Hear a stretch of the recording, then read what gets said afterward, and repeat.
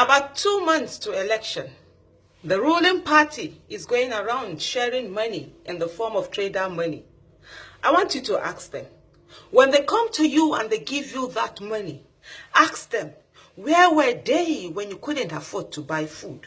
Where were they when your child was sent home because of school fees and you couldn't afford to pay the fees, and your child had to miss so many days in school because you couldn't afford to pay their school fees?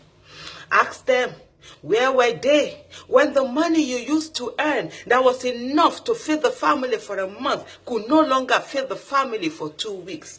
Ask them, where were they all these years, over 3 years, when hardship hit the land, when insecurity hit the land, and you couldn't afford so many things that you could afford before? Where were they? They were nowhere to be found. Now it is time for election, and they go around under the guise of trade and money, giving people 10,000 naira, 10,000 naira to mortgage your life, 10,000 naira to mortgage the life of your child, 10,000 naira to mortgage the life of your unborn generation, 10,000 naira to be enslaved forever, 10,000 naira for you to be kept down and your child not have good quality education. When they give you 10,000 naira, ask them, what about your children who are in the university, who today are staying at home because ASU is on strike? When they come with the 10,000 naira, ask them, what will you do with 10,000 naira when your children are back from school, when they want to graduate and get good jobs, and they'll be able to take care of themselves and also you and the rest of the family?